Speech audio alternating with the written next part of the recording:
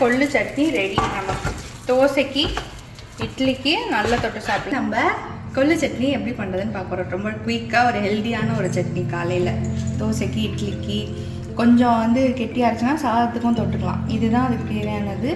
இது வந்து ஃபஸ்ட்டு வந்து நான் கருப்பு உளுந்து வெள்ளை உளுந்து கடலைப்பருப்பு எடுத்து வச்சுருக்கேன். கருப்பு உளுந்து ஆப்ஷனல் தான், வேணுன்னா நம்ம யூஸ் பண்ணலாம், இல்லைன்னா நம்ம வீட்டில் இருக்க உளுந்தே யூஸ் பண்ணிக்கலாம். பிள்ளைங்களுக்குலாம் இன்னும் கொஞ்சம் ஹெல்த்தியாக கொடுக்கணுன்னு கருப்பு உளுந்து கலந்து வச்சுருக்கோம். ஓகேவா? ஓகே, இப்போ செய்ய ஆரம்பிச்சிடலாமா? கொள்ளு, தேங்காய், சின்ன வெங்காயம், பச்சை மிளகாய், பூண்டு. ஓகே, இப்போ செய்ய ஆரம்பிச்சிடலாம் நம்ம. ஸோ அடுப்பு பற்ற வச்சாச்சு. இது கருவேப்பிலை எல்லாம் போட மாட்டாங்களா? இல்லை, கருவேப்பிலை வந்து தாளிப்புக்கு தான். ஃபஸ்ட்டு இதை என்ன பண்ணணும், கொள்ளு எடுத்துட்டு கொள்ளை வந்து வெறுண்ணெய் போட்டு லைட்டாக வறுத்துக்கணும். நம்ம நல்ல ஒரு வாசமாக இருக்கும் சட்னி. நம்ம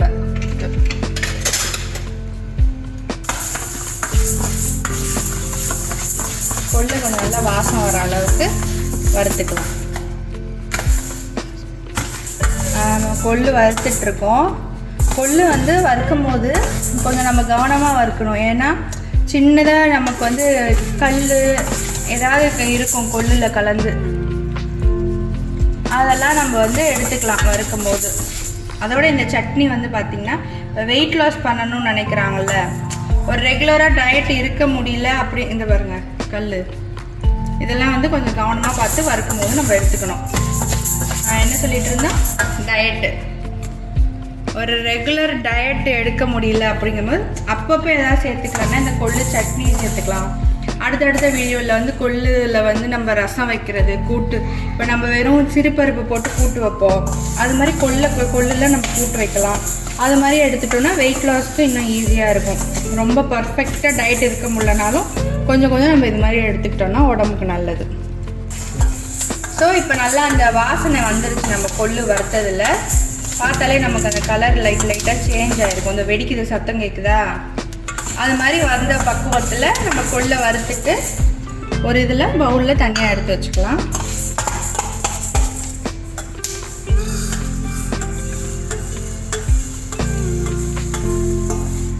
இப்போ அடுத்து அதே பாத்திரத்தில் கொஞ்சம் போல் எண்ணெய் போட்டுக்கலாம். நம்ம இந்த வதக்கு சட்னிலாம் அரைப்போம்ல, அதே போல் தான் கொஞ்சம் போல் எண்ணெய் போட்டுட்டு கருப்பு உளுந்து வெள்ளை உளுந்து கடலைப்பருப்பு, கருப்பு உளுந்து ஆப்ஷனல் தான், நல்லா பொன்னிறமாக வறுக்கணும்.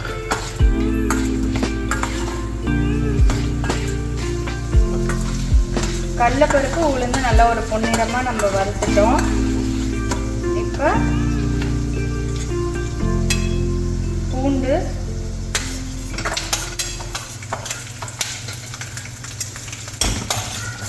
வெங்காயம்,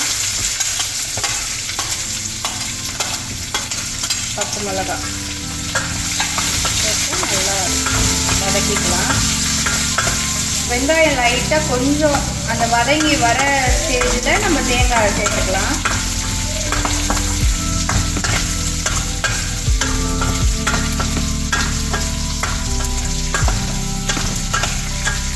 இப்போ நம்ம தேங்காய் சேர்த்துக்கலாம்.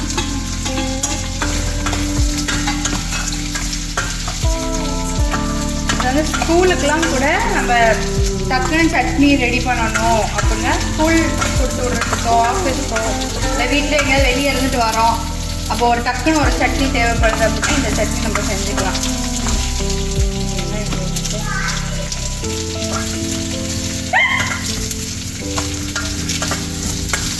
இப்போ வெங்காயம் தேங்காய் எல்லாம் வதங்கிட்டுருக்கு.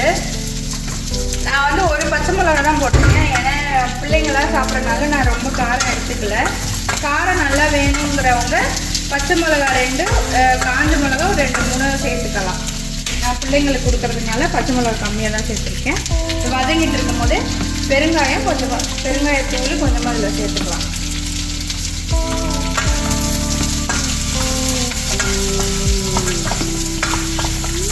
இப்போ நல்லா வதக்கியாச்சு. இது வதக்குனது நம்ம அடுப்பு அமர்த்திடலாம். அமர்த்திட்டு சட்னி இதை ஆறுனதுக்கப்புறம் மிக்சியில் போட்டு அரைக்கிறது எப்படின்னு நான் சொல்கிறேன். சரி, இப்போ நம்ம வதக்கி வச்சது எல்லாமே நல்லா ஆறிடுச்சு. இந்த சட்னிக்கு நம்ம முதல்ல என்ன பண்ணோம்னா, நம்ம வறுத்து வச்சோம்ல கொள்ளு, அதை முதல்ல மிக்ஸி ஜாரில் போட்டு ஒரு அரை அரைச்சிக்கணும் கொரகொரப்பா.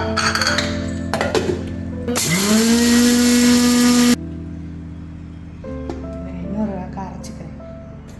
இந்த மாதிரி முதல்ல நம்ம கொரகொரப்பாக அரைச்சிக்கணும் கொள்ளை. அதுக்கப்புறம் இப்போ நம்ம வதக்கி வச்சுருக்க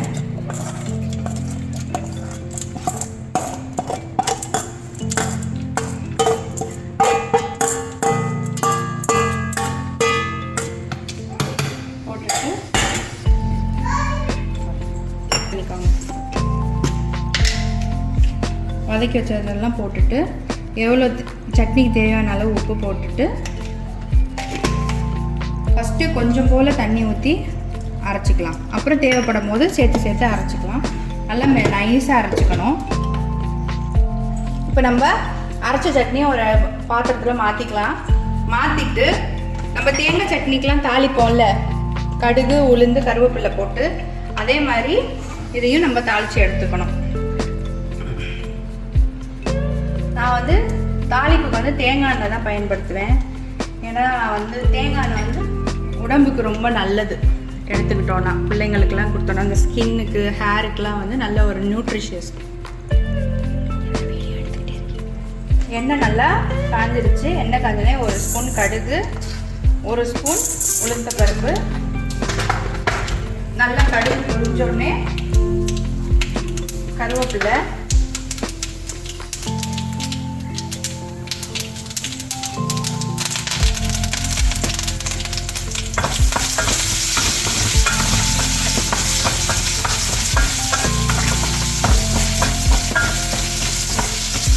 உளுந்து நல்லா பொன்னிறமாக வந்ததுக்கப்புறம் நம்ம